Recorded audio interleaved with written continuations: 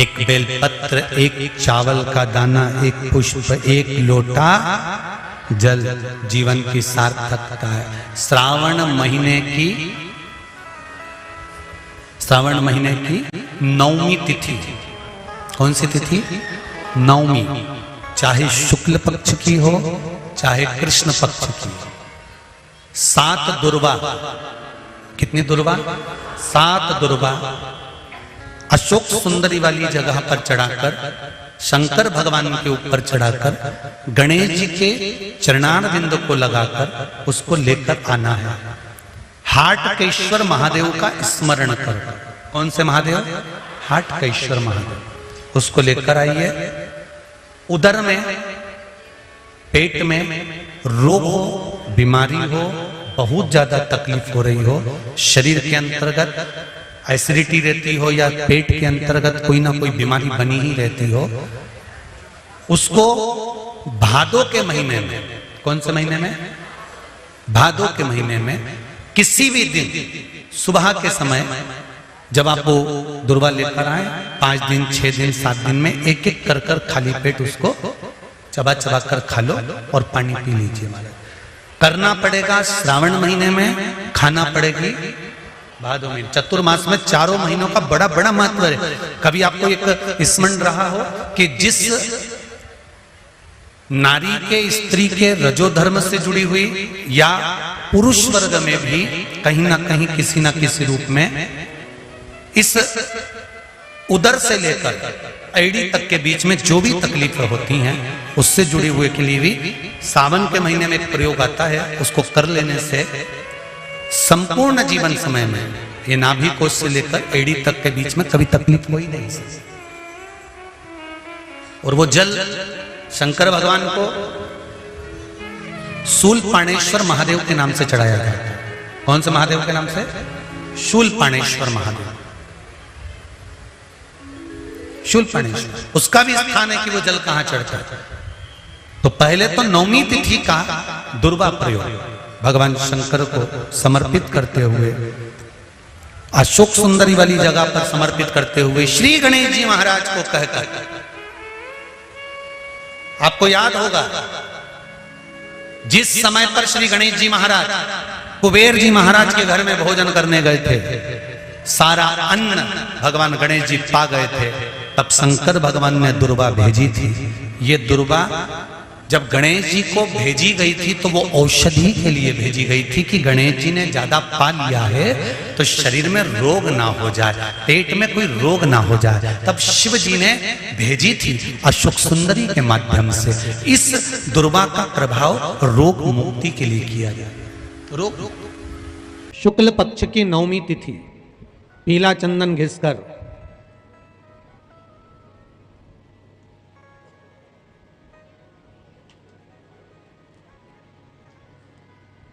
उस चंदन को एक सुंदर पीपल का कोमल पत्ता, कोमल पत्ता मतलब एकदम, एक तो पीपल का होता है कड़ला पत्ता, एकदम कड़क हो जाता है, और एकदम होता है कोमल पत्ता।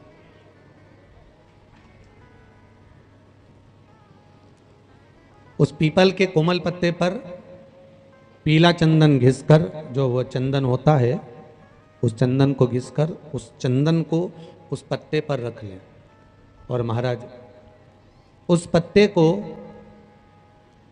मध्याह्न के समय पर, जैसे जब सुबह के समय पर सारी पूजन हो जाए, अर्चना हो जाए, भगवान शिव के मंदिरों में जल समर्पित हो जाए, उसके बाद में जब बाबा एकदम आनंद में विराजे हों, तब जहाँ शिवलिंग रखा होता है,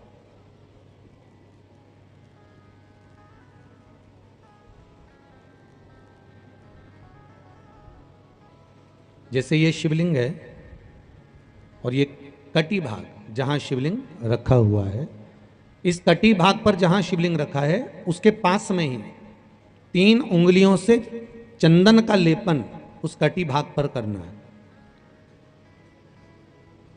जो उंगलियां लगी रहेगी उसी को अशोक सुंदरी वाली जगह पर स्पर्श करना है। और अशोक सुंदरी वाली जगह पर स्पर्श कर कर कुछ देर तक चंदन लगे रहने देना है, उसके बाद में उस चंदन को वापस निकाल कर लेकर आना है। कटी भाग पर जो लगाया गया है उसको भी निकाल कर वापस लेकर आना है। फिर बाबा का स्नान नहीं कराना है, केवल चंदन लेकर आना है, उसी पीपल के पत्ते पर रखकर। एक डिब्बी में उस चंदन को आप रख लीजिए। कुछ दिन जिसकी नेत्र ज्योति कमजोर है, चश्मा लग रहा हो, श्रवण शक्ति कमजोर हो, सुनाई कम दे रहा हो, उसके कंठ से इस ठोड़ी तक उस चंदन का तिलक लगाना प्रारंभ कर दीजिए और नेत्रों के नीचे थोड़ा सा वो चंदन लगाना प्रारंभ कर दीजिए। लगभग 20 से 22 दिन तक आप उसका प्रयोग करिए और एक रुद्राक्ष का जल शिव को समर्पित कर कर उस जल का आचमन करना प्रारंभ कर लीजिए। लगभग 22 दिन लगेंगे। धीरे धीरे फिर जाकर डॉक्टर को जांच करा लेना, नेत्र की ज्योति बढ़ना प्रारंभ हो गई है। पर विश्वास के साथ में, भरोसे के साथ में, क्योंकि सबसे मूल अगर कुछ है तो विश्वास मूल है। मानो तो मैं गंगा मां हूं और ना मानो तो बहता पानी। अगर आपका विश्वास प्रबल होगा, भरोसा अगर प्रबल होगा, विश्वास अगर प्रबल होगा तो भगवान मिलेगा, और अगर विश्वास नहीं है तो परमात्मा नहीं मिल सकता।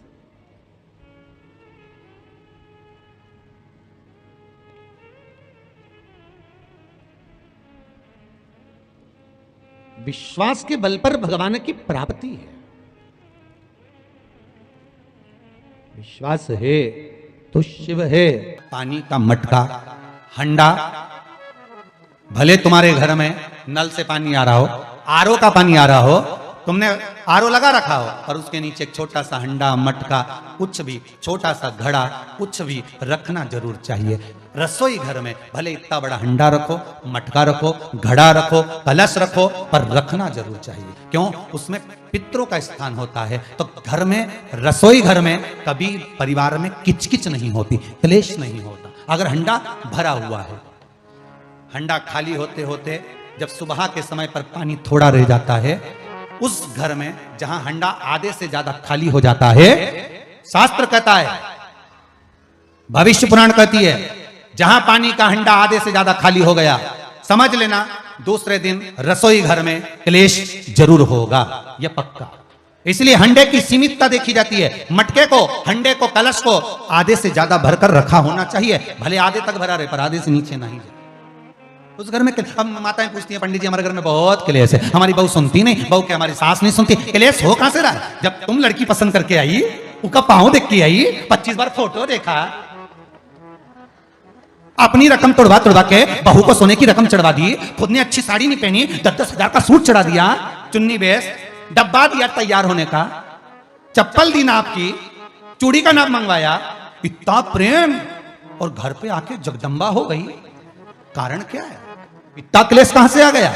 जब तुमने पसंद करी, तुमने देखी, लड़की वालों ने यहां देखा, लड़के वालों ने वहां देखा, जब एक दूसरे को देख के सब बात हुई है, संबंध हुआ, रात रात भर बात चली, फिर क्या हो गया? यहाँ तो रोज फोन लगाती थी, मम्मी ये वाली साड़ी तैयार कर लो, हाँ बेटा कर ले, ऐसी बात सास और बहू में चले, चूड़ी का नाप भेज दीजिए, चोली का नाप भेज देना, और मैंने डब्बा तैयार कर लिया है, मैंने वीडियो कॉल में दिखाया, देख ले, यही है, चप्पल भी लिए, ये भी लिया, चोटी भी ली, गजरा भी लिया, दुनिया का सामान लिया, शादी करी, ने 2-3 लाख रुपए तो गार्डन में खर्च कर दिए, ने लोगों के खूब चटाया, 2-3 लाख रुपए खाने में खर्च कर दिए, गिफ्ट भी दिया मेहमानों को। जब इतना खर्च करा, इतनी जोरदार बातचीत थी, फिर आखिर 1-2 साल में ऐसा क्या हो जाए कि ये जगदम्बा ने ये कात्यायनी हो जाए? कारण क्या है? वो कारण तो ढूंढो। अरे बोलो तो सही है कि नहीं है? कारण तो ढूंढो कि कारण क्या है ऐसा, कि क्या कारण हो गया? अब दोष दे नहीं कि माँ ने सिखा दिया होगा, और वो दोष दे, तुम तो अपनी माँ के ही हो, हमारी तो सुनो ही नहीं, अब वो इधर दोष, वो उधर दोष दे। ये दोष देने से कुछ नहीं हो, अपने कर्मों का दोष देखो। ने जरूर झांक कर देखना कि सवेरे सवेरे कहीं हंडा खाली तो नहीं मिल रहा है, पूरा नीचे तक तो नहीं चले गया, आधे से नीचे तो नहीं हो गया, मतलब घर में दूसरे दिन क्लेश तो होना ही है। भले कटोरी के चक्कर में, पानी के चक्कर में, रसोई घर के चक्कर में, रोटी के चक्कर में, चाहे दिन भर में कभी भी होगा, पर 24 घंटे में क्लेश होगा, वो पक्का है। थोड़ा भरा, क्यों भरकर रखा जाता है मटका? क्यों भरकर रखते हैं हंडा? क्यों कहा जाता है कि जिस समय वास्तु पूजन होता है, पितरों के लिए पूजन करी जाती है, तो हंडा भरा जाता है, नया कोरा मटका, नया हंडा वास्तु पूजन में भरा जाता है। क्यों? और जब पंडित जी सिर पे मंगवाते हैं, नारी भर कर लाती है, गृह प्रवेश होता है, भरा हुआ मटका, खाली नहीं, भरा। और जब भरवाते तो इतना भरवाते कि उसका पानी उंडेलना चाहिए। वास्तु पूजन का नियम है, जिस समय मटके को भरकर लेके आते हैं घर के अंदर, कलश भरकर लेके आते हैं, वास्तु प्रवेश करते हैं, गृह प्रवेश करते हैं, तो मटका इतना भरा जाता है, उसका पानी बाहर ढुलना चाहिए। और जब लेकर आए तो झलकता हुआ पानी होना चाहिए। नारियल रखे, आम का पत्ता रखे तो पानी गिरता रहे। पर माताएं तो अपने फैशन में नहीं, डेंटिंग पेंटिंग कराए तो पानी गिरा तो वही नाराज हो जाए। बेचारा पंडित जी की हालत खराब कर कि तुमने इतना पानी क्यों भरा, कम नहीं भर सकता था हमारा पूरा।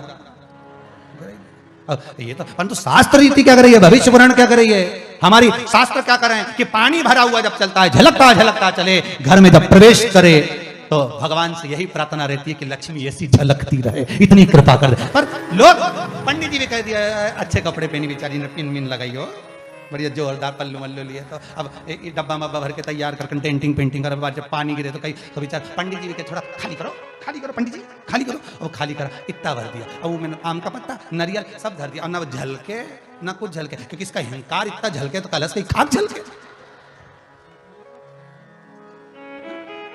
ये तो गृह प्रवेश कर रही तो अपने आप को ऐसी समझ रही कि हमारा बराबर कोई नहीं बनाया, ऐसी, और ऊपर से फोटो खींचना,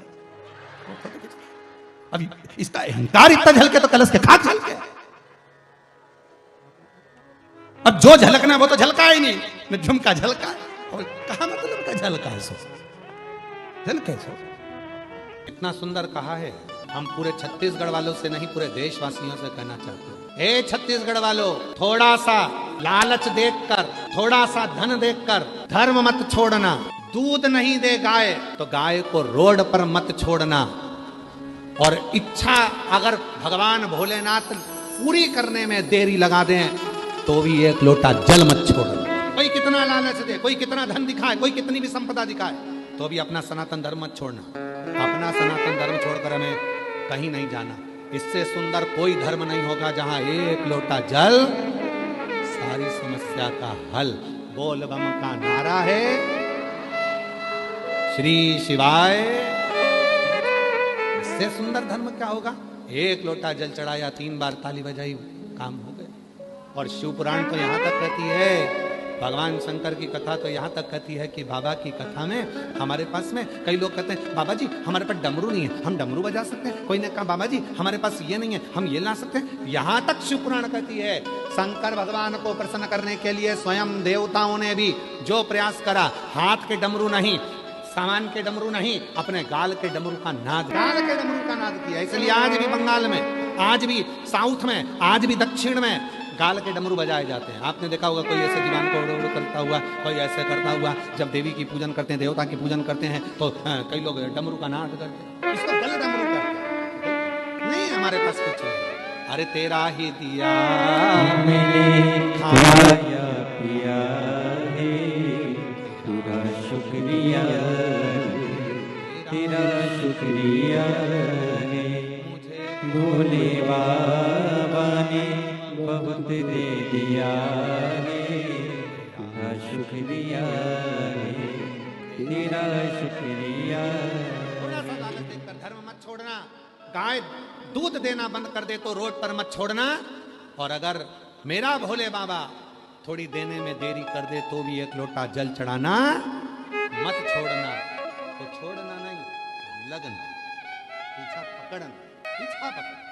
भगवान भी सोचता होगा इतना पानी गिरा रहा हूं, इसके बाद में भी छाता छोड़कर जा नहीं रहा है, टस से मस नहीं हो रहा, वहीं खड़ा छाता ले लेता। आप लोग तो अंदर बैठे हो, आप अंदर बैठे हो, ये 5 पंडाल में शिव भक्त बैठे हुए हैं। इसके बीच में जो जगह है, जरा देखो, ये पहले और दूसरे नंबर के पंडाल के अंदर बीच में जगह है, उस जगह में भी लोग छाता पकड़ के, दोनों ओल्टन का पानी आ रहा है, इधर का भी पानी आ रहा है, उधर का भी पानी आ रहा है, और उसके बीच में खड़े। उधर देखिए, उधर से पानी आ रहा है, उधर से पानी आ रहा है, तो भी बीच में खड़े। उधर देखो, चौथे पंडाल के वहां पर भी ऐसे खड़े हुए हैं।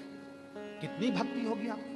और केवल ऊपर का पानी नहीं, नीचे कीचड़ का पानी भी होगा, पानी पाँव में भी लग रहा होगा, पानी कपड़ों में भी लग रहा होगा, कीचड़ भी लग रहा होगा, पर आपकी भक्ति अभी है। और ये आप सीहोर वाले बाबा को सुनने के लिए नहीं आए, और सीहोर वाले बाबा की सामर्थ्यता भी नहीं है कि हम आपको कुछ सुना सकें। ये तो स्वयं श्रावण के महीने में जितने श्रवण करने के लिए आए हैं, ये सावन के महीने में जो श्रवण करने आए हो, सुनाने वाला भी मेरा महादेव है और सुनने वाला भी मेरा महादेव है और कराने वाला भी मेरा महादेव है, कोई दूसरा नहीं है। एक संबंध जुड़ गया, एक संबंध, एक रिश्ता। एक बात बताएं आपको, अपने मन की बात है, वैसे बताना नहीं चाहिए, फिर भी हम तुम्हें बता देते हैं। सुनो, पहले हम भी तुम्हारे जैसे ही मंदिर में चले जाते थे, जल चढ़ा देते थे, जैसे सब लोग चढ़ाते हैं वैसे ही हम भी थे। हम भी मंदिर में चले जाते थे, एक लोटा जल चढ़ा दिया, मंदिर धोया, साफ करा, धीरे धीरे धीरे धीरे धीरे धीरे। हमें क्या मालूम था कि भोलेनाथ जी मंदिर में जल चढ़ाने वाले का हाथ पकड़ लेते हैं और उससे अपना रिश्ता बना लेते हैं।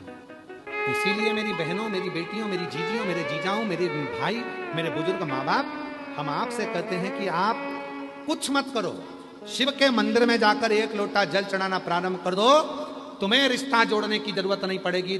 बाबा खुद तुम्हें अपनी बेटी बना लेगा, तुम्हें अपना बेटा बना लेगा और तुमसे रिश्ता जोड़ेगा। इतना सुंदर शिव महापुराण की कथा में तुम रुका जी चंचुला देवी को कह रहे, किसी मंदिर में नगाड़ा नहीं बजा सकते, मत बजा। किसी मंदिर में घंटा नहीं बजा सकते, मत बजा। किसी मंदिर में मंजीरा नहीं बजा सकते, मत बजा। किसी मंदिर में जाकर ढोल नहीं बजा सकते, नगाड़ा नहीं बजा सकते, मत बजा। पर शिव पुराण की कथा कहती है 5 ऐसे हैं जिनके चेहरे पर यदि आपके द्वारा मुस्कुराहट आ जाए तो समझ लेना कि आपकी जिंदगी नगाड़ों से, ढोल से, मंजीरे से और खुशियों से भर गई। 5 ऐसे। पहले नंबर पर है मां, दूसरे नंबर पर है पिता, तीसरे नंबर पर है बेटी, चौथे नंबर पर है बहू और 5वें नंबर पर है शिव का भक्त।